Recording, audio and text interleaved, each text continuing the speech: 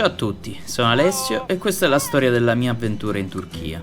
Il tutto incomincia nel dicembre dell'anno precedente, quando 4 amici e compagni di disavventure in moto passano il Natale insieme e decidono follemente di organizzare una motoavventura in terre lontane, accordandosi per la Turchia. C'è quindi una lunga programmazione, studio tutto nel dettaglio, i luoghi, i tempi, le date, sembra tutto perfetto, ma il destino per me ha altro in programma. La schiena mi inizia a dare problemi, inizio a far terapia, iniezioni e prendere antidolorifici, ma i miglioramenti sono lenti e quasi impercettibili. Poi, qualche settimana prima di partire, sono costretto a cambiare tutto. Devo andare a Roma per lavoro proprio 2 giorni dopo la mia prevista partenza. I ragazzi partono, io nel mentre mi prendo una brutta allergia che mi porta forti infiammazioni alla pelle e penso che ormai sia tutto perduto, tutto è contro di me, ma non perdo la speranza. Mi sparo 800 km in moto da Torino a Roma, faccio quello che devo fare e mi dirigo verso Ancona per prendere la nave che mi porterà in Grecia. È uno strapazzo, non ho nemmeno la cabina, dovrò raggiungere gli altri ragazzi l'indomani a Istanbul, facendo quasi 1000 km in un giorno. È una follia, ma non sono forse le follie a farci sentire così vivi.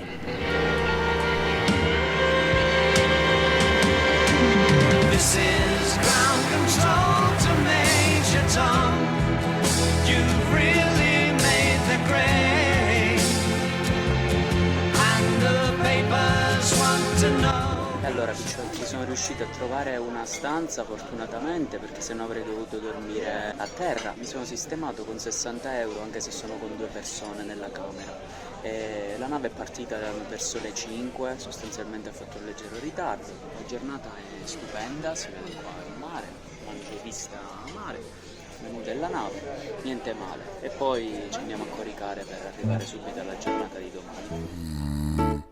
Trascorro quindi una notte un po' travagliata per via del russare dei miei coinquilini camionisti, ma non appena arrivato al porto di Gumenizza sono carichissimo. Inizio da subito a far strada, imboccando da subito l'autostrada greca. Strada, picciotti, sembra la Palermo-Catania, guardate le curve, mamma mia che spettacolo.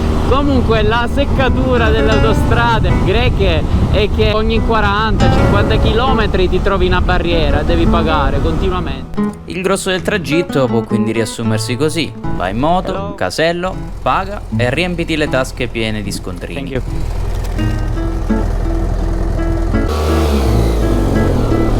Breve sosta in area di servizio per la seconda volta. Il carburante qui in Grecia costa molto, qui addirittura ho pagato 2,29 euro al litro. Mi mancano 470 km, sono adesso quasi arrivato a Kavala.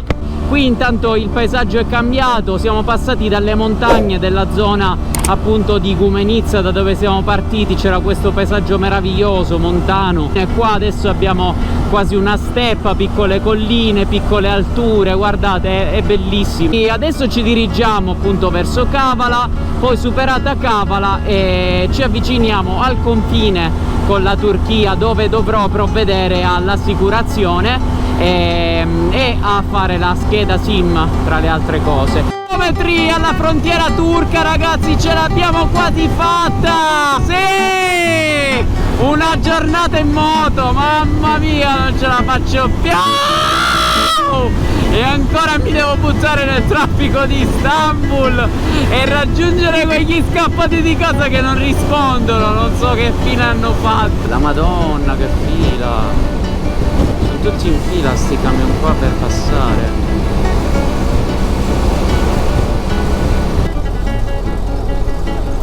Arrivato al confine si inizia già a respirare un'altra aria di Oriente.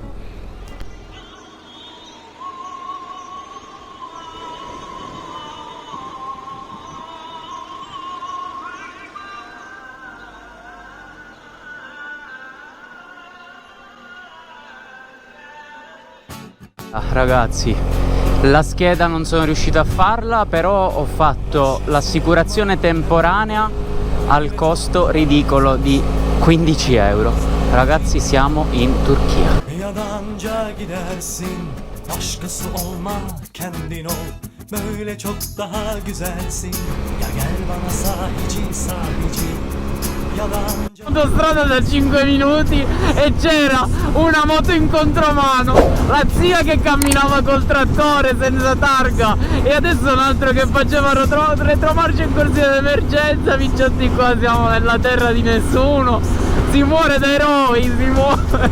Che universo parallelo è questo?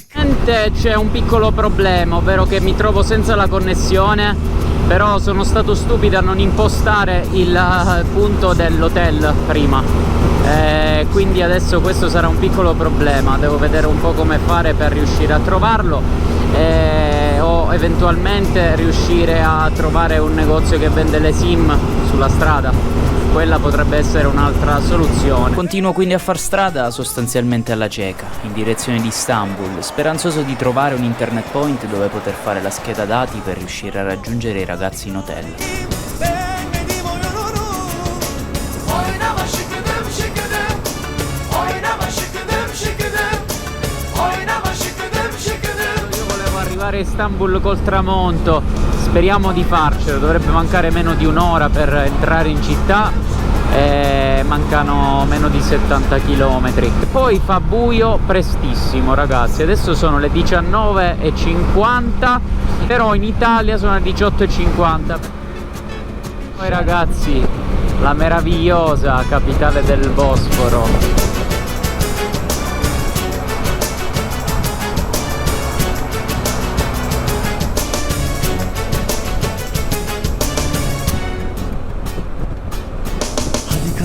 Hadi kapris yap, hadi ben çekerim. Allora, praticamente sono rimasto imbottigliato in questo macello. Guardate che bellezza che c'ho qua. Mi sono schiantato con le valigie laterali contro una macchina che era ferma, immobile nel traffico. Ho preso la SIM turca e adesso la devo impostare, così vediamo se raggiungo i ragazzi, perché non so la strada per arrivare. Devo andare a raggiungere i ragazzi, mamma mia che delirio picciotti. Loro sono già arrivati al ristorante, adesso ci incontriamo, solo che ci vuole un botto di tempo, prima che c'era la strada chiusa, no? Quindi adesso ho dovuto fare sostanzialmente il tunnel per passare dall'altra parte della città, quindi effettivamente al centro storico, il tunnel di Avrasia. Arrivo picciotti, aspettatemi! Si fletta la pasta! Cioè siamo praticamente nel Bosforo, sotto al mare. Sto tunnel è subacqueo, guardate là! Con le luci e i suoni, meraviglioso! Va bene, va! Che bello! Mamma mia! Guardala! Il waffle, ma pensa a te. Compa, ce l'abbiamo fatta. Manco vero mi pare, Maria, che sogno stanca. Quando siamo arrivati c'era tutta di fogna di Calcutta dentro l'appartamento. Ma che posto bellissimo è. Ma che già mi avete rimpiazzato qua, com'è la storia? Oh, vi avviso che puzzo come una capra tibetana. È arrivato Banana, finalmente. Abbiamo fatto 4 giorni a cazzo di cane in Grecia per aspettarlo, minchia. Colpa mia, i massaggi sciazzo in capastiaggio, vero?